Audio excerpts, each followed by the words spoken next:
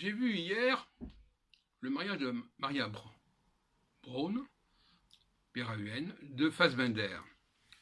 Et je veux faire quelques réflexions sur le langage cinématographique à ce sujet.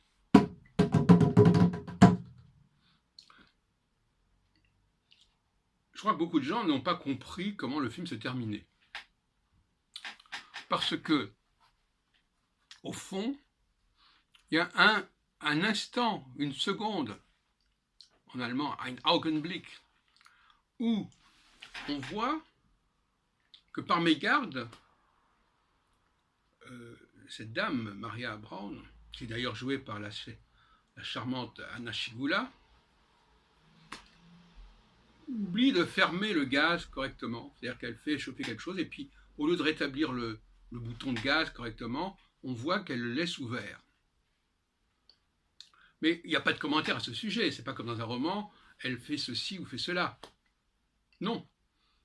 Il faut capter cet instant. Il faut que le spectateur capte cet instant. Et ça peut échapper. Parce qu'il faut 5 minutes plus tard, au moins 5 minutes plus tard, on observe une explosion qui va être déterminée par ce phénomène, à savoir qu'elle n'a pas bien fermé le gaz. Et donc, à la fin, alors qu'il se passe beaucoup de choses entre-temps, à la fin, on la voit allumer une cigarette, se diriger vers la cuisine, et on n'est pas surpris de voir l'explosion. Mais quelqu'un qui n'a pas capté cet infime moment du film, une explosion, comment est-ce qu'il va expliquer cette explosion ? Ça serait intéressant donc d'interroger à la sortie du film, pas le fait quand il est sorti, mais à la sortie de la séance, les gens leur disant mais qu'est-ce qui s'est passé ? Est-ce que vous avez compris pourquoi il y a une explosion à la fin ? Et je pense qu'il y a la moitié au moins des spectateurs qui ne proposeront pas cette explication-là.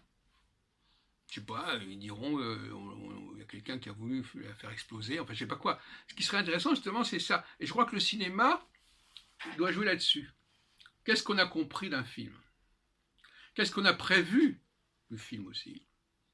D'où l'idée d'un café ciné que je propose, où l'on voit le film, mais on ne le voit pas jusqu'au bout. On l'arrête toutes les demi-heures, disons. Quand un film fait à peu près 90 minutes. Et on demande où est-ce qu'on en est, qu'est-ce qui s'est passé, et qu'est-ce qu'il faut attendre. Vous me direz que ça rompt un petit peu le charme enfantin de voir le film se dérouler jusqu'à sa fin, etc. Mais ça, on peut quand même dépasser ce stade.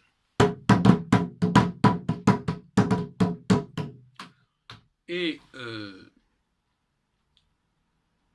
je voudrais qu'on fasse des statistiques à ce sujet, notamment à la Cinémathèque, par exemple, de Bercy, qu'il y ait des séances comme ça. J'aimerais bien diriger, animer une séance où l'on fait des interruptions, des coupures comme ça, pour voir comment ça a été compris.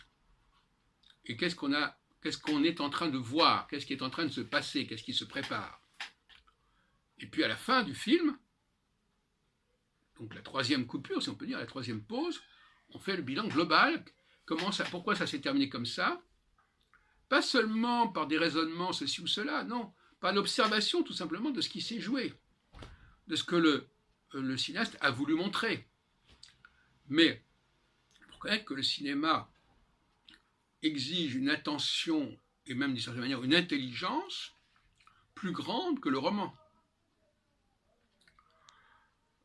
J'ai déjà parlé de ce problème, de ces moments très particuliers qui ont pu échapper au spectateur inattentif et qui font qu'il va, à partir du moment où il a manqué cet élément, pas forcément une parole, un geste, un petit geste comme ça, sans parole, pas de voix off.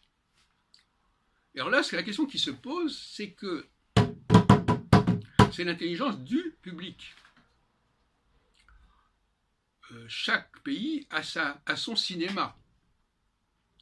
Et il a le cinéma qu'il mérite en quelque sorte. Est-ce que le scénario du mariage de Maria Brown aurait pu être établi par un cinéaste français s'adressant au départ à un public français. Est-ce que tel ou tel autre scénario américain, avec ce basculement qui dépend de si peu de choses, qui n'est pas commenté, qu'il faut avoir capté, observé, vu, est-ce que ça aurait pu se faire chez un cinéaste français? Autrement dit, est-ce que le cinéaste français, c'est une question que je pose, est-ce que les films français sont moins marqués par cette nécessité de regarder ce qui se passe? Est-ce qu'il y a trop de commentaires, de voix off? On explique, on ne veut pas larguer le spectateur en cours de route, etc. Donc on le ménage, on lui explique tout pour qu'il comprenne tout ce qui se passe, etc. Bon, c'est un procès d'intention que je fais au cinéma français. J'ai remarqué que ces subtilités formelles, c'est-à-dire le fait que des choses qui ne sont pas dites, mais qui se font sous nos yeux, ces subtilités-là, elles sont plus manifestes dans le cinéma allemand, dans le cinéma américain. Il faudrait peut-être aussi comparer d'autres cinémas comme le giallo italien. Est-ce que dans le giallo italien, dont on a montré à la Cinémathèque ces derniers jours les films de Corbucci, est-ce qu'il y a cette espèce de subtilité dans l'action? Bon, il est évident que même en France, quand on voit une scène où les gens s'affrontent, on fait quand même attention à ce qui se passe, c'est évident.